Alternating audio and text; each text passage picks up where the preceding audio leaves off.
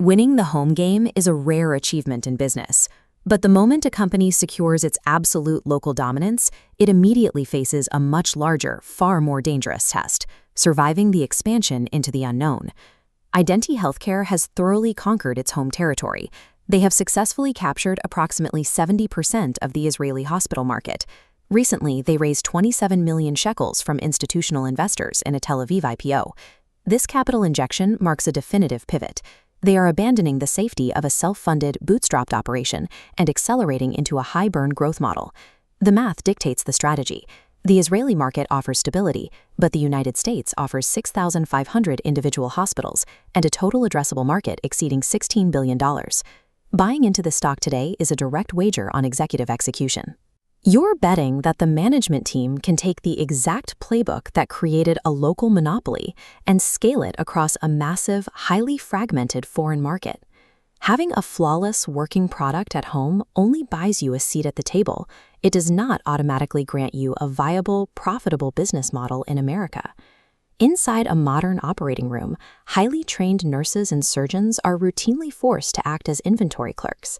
They have to manually type or scan barcode data for expensive medical implants during high-stress surgical procedures.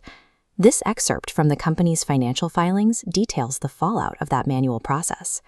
In U.S. hospitals, manual documentation of implants captures less than half of the actual inventory used, specifically sitting at about 48. They deploy snap-and-go computer vision cameras and wireless weighing cabinets powered by AI.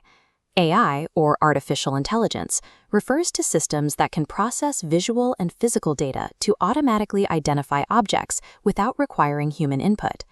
This physical infrastructure represents a deep technological moat. Panning down to the bottom of the document, the text notes the hardware is protected by 7 distinct patents, integrating image processing, RFID scanning, and IoT, the Internet of Things, which allows physical sensors to connect and report data directly to cloud servers. Once a hospital administration approves the installation of these physical cabinets and cameras into sterile surgical rooms, the ecosystem becomes highly durable. Removing bolted-down infrastructure requires significant administrative approval and operational downtime.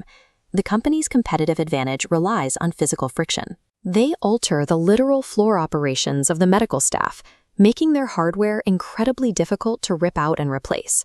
So, how does installing a physical cabinet translate into the high valuations typically reserved for software companies?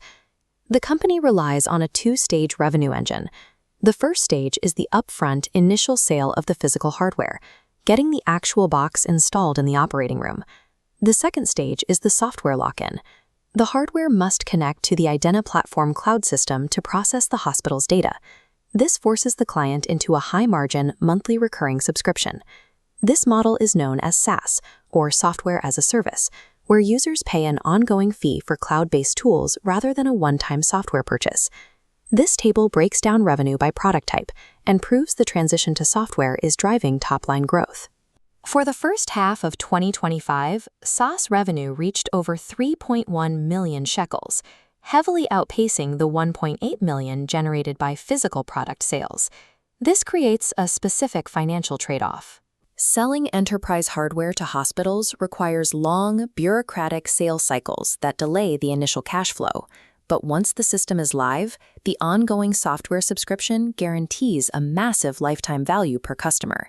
Investors holding this stock have to endure the slow, capital-intensive installation phase to eventually harvest the highly profitable software recurring revenue. To understand the immediate risk profile, we have to look exactly where that revenue is currently being generated. This geographic revenue breakdown reveals a stark disparity. In the first half of 2025, the mature Israeli operations generated over 4 million shekels. In that same time frame, the emerging United States market generated just 281,000. Israel serves as a fully scaled, highly profitable beta lab. IDENTI has deep, established integrations with major national institutions like Sheba and Ichalov, and they are directly wired into the SAP management software for Kalalit, the nation's largest health network. The U.S. market lacks that centralized efficiency. It is highly fragmented, requiring the company to build entirely new logistics chains, establish partnerships with independent medical distributors, and fund an expensive, localized sales force on the ground. The local dominance proves the technology functions flawlessly under heavy daily use, but the total addressable market in Israel is simply too small to justify the company's long-term valuation goals. They have to win America. The most important indicator to watch is whether American hospital networks are actually willing to buy into IDENTI's ecosystem. A clear proof of concept arrived with the integration into Ortho Virginia, one of the largest orthopedic networks operating in the state. Looking at the January 2026 filing, the hard data confirms the traction. Ortho Virginia placed an order for approximately $300,000 to equip 3 of its hospitals with IDENTI's AI-based wireless weighing bins. This expansion chart maps management's global footprint, starting from Phase 1 in the US, expanding outward. The text below notes gross profit margins are improving because of the growth in high-margin SaaS sales tied to new American deployments. The American beachhead is established. However, medical enterprise sales take time to negotiate and deploy, requiring immense patience from early shareholders. Despite the technological advantage and the absolute dominance at home, the company is currently operating at a net loss. The capital raised during the recent IPO is actively being burned right now to construct and staff their American sales and marketing apparatus. Management projections reflect this aggressive spending phase. They do not expect to cross the break-even point and achieve overall profitability until mid-2026. Investing in IDENTI today means you are consciously funding a 2-year expansion bridge. You agree to absorb short-term cash burn in exchange for the potential of massive long-term software multiples. This stock is a poor fit for value investors, dividend seekers, or anyone looking for immediate, risk-free profitability. The ideal shareholder here is growth-oriented.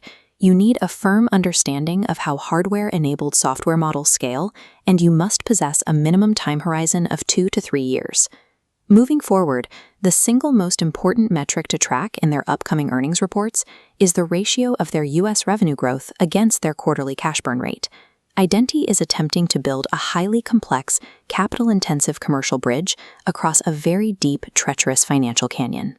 They have constructed an undeniable technological moat and proved it operates flawlessly at scale. Their ultimate survival, and your payout, depends entirely on completing that commercial bridge to America before the construction funds run dry.